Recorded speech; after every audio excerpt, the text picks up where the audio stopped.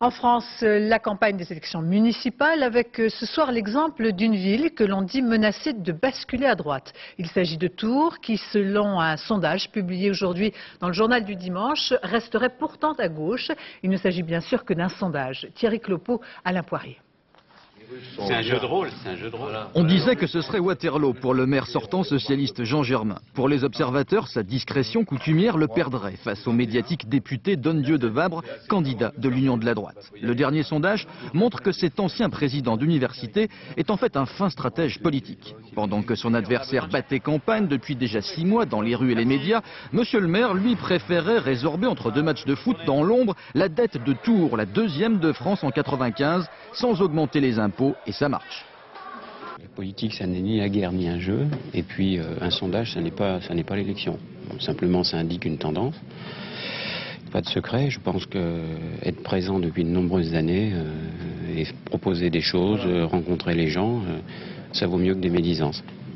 Avant que le sondage ne tombe, Renaud Don-Dieu de Vabre, ancien bras droit de François Léotard, buvait du petit lait dans un club de jazz. Tout lui souriait, une droite réunifiée après la déchirure de 95. Et Jean Royer, maire pendant 36 ans, figure gaulliste et républicaine, lui avait enfin apporté son soutien. Le député de Tours a peut-être un début d'explication à ce revers préélectoral.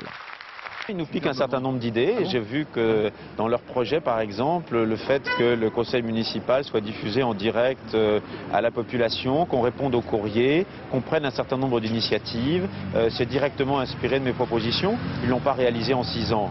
Rien n'est encore joué pour Jean Germain qui doit faire face aux listes lepénistes et maigrettistes qui lui reprochent une insécurité croissante et un manque de policiers municipaux. Pour lutte ouvrière, les travailleurs à Tours sont des laissés pour compte. Quant aux Verts, ils mettent la pression sur la liste Germain pour un accord au 2e tour. Ils veulent que la mairie fasse mieux en matière de circulation.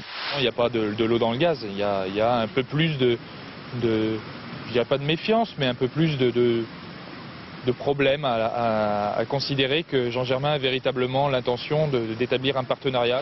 Tours restera-t-elle à gauche? Les sondages sont faits pour être retournés. En 97, Renaud Don-Dieu de Vabre avait été élu député alors que toutes les estimations le donnaient largement perdant.